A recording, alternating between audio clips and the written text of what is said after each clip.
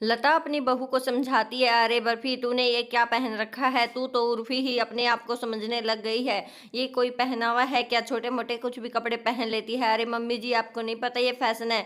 एक दिन जब मीडिया वाले मेरे पीछे पीछे फिरेंगे ना, फिर मत बोलना। तभी वह अपनी एक छोटी सी ड्रेस लेकर मास्टर जी के पास जाती है। मास्टर जी उसे कहते हैं, नहीं मेरे पास कोई टाइम नहीं है तुम्हारी बकवास ड्रेस बनाने का। अरे आप तो अपने आप को मनीष मल्होत्रा समझने लग गए हो। तो वह मास्टर उसे मना कर देता है। वहाँ से वह बर्फी चली जाती है। इधर उधर लोग उसको देखकर हंस रहे होते हैं और वह सोच रही है कि सभी लोग उसकी तरफ ही देख रहे हैं। एक छोटा सा टुकड़ा वह दूसरे मास्टर के पास लेके जाती है। वह मास्टर सोचता है, इस लीरे का मैं क्या बनाऊंगा, ये कोई कपड़ा है, इससे क्या ड्रेस बनेगी। अरे मास्टर जी आप बना दीजिए, इससे कुछ नहीं बनेगा। आपके पास कुछ छोटा मोटा कपड़ा पड़ा होगा, उसके जोड़ के मेरी एक ड्रेस बना देना। वह मास्टर ऐसा ही करता है। उसमें उसका सारा शरीर दिखता है और थोड़े से शरीर पर ही उसका कपड़ा था। वह मास्टर जी के हाथ चूमती है कि आपने क्या ड्रेस बनाई है। वह उनका धन्यवाद बोलती है और वहाँ से अपनी ड्रेस लेकर अपने घर चली जाती है।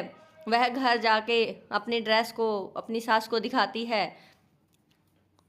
उसकी सास उसकी ड्रेस देखकर बोलती है, ये क्या कोई ड्रेस है, इसे पहनकर तू बाहर जाएगी तो हमारी तो नाक ही कट जाएगी, तुम्हें शर्म नहीं आती है। अरे माँ जी आपको नहीं पता ये तो फैशन है, अरे तुम्हारे फैशन के चक्कर में हमारी इज्जत का नाश हो जाएगा।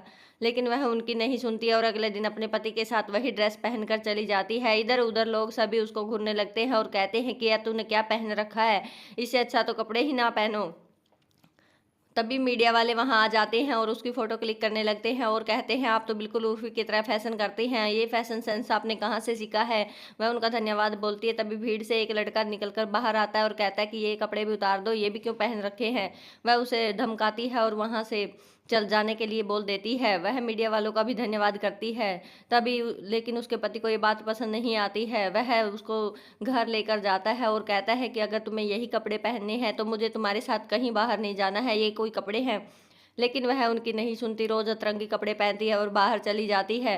एक दिन वह एक ड्रेस पहन के जाती है जिसमें उसने अलग अलग जगह टेप लगा रखी थी। वह एक दुकानदार को पैसे छुट्टा करने के लिए बोलती है, लेकिन वह कहता है, अरे तुम भिखारन हो क्या। सभी लोग उसकी मजाक उड़ाते हैं कि तू ये क्या कपड़े पहन रखे हैं, लेकिन वह किसी की एक नहीं सुनती है और ऐसे ही अपने अतरंगी कपड़े पहनकर मार्केट में घूमने लग जाती है।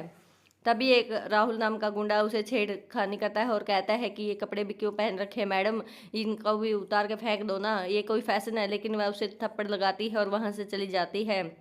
तब भी वह देखती है कि उर्फी जावेद अपनी गाड़ी से उतर रही है और उर्फी भी उसकी काफ़ी तारीफ करती है कि तुमने क्या अच्छा ड्रेस पहन रखी है, मेरे नाम को ऐसे ही चमकाना।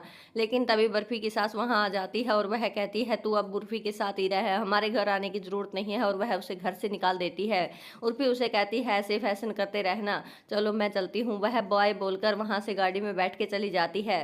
बर्फी अब अकेली थी, वह ऐसे ही तभी वह गुंडा उसको उठा कर ले जाता है और कहता है, अब तुझे मैं अपना बना के ही रहूंगा। लेकिन बर्फी आवाज़ लगाने लगती है। श्रुति नाम की लड़की उसकी आवाज़ सुन लेती है और वह उसे बचाने के लिए उसके पीछे चली जाती है। एक सुनसान घर के बाहर जाकर श्रुति पुलिस को फ़ोन कर देती है और उस गुंडे को पकड़वा देती है। और बर्फी को भी अपनी गलती का एहसास हो जाता है। वह सबसे माफ़ी मांगती है और अपने घर चली जाती है।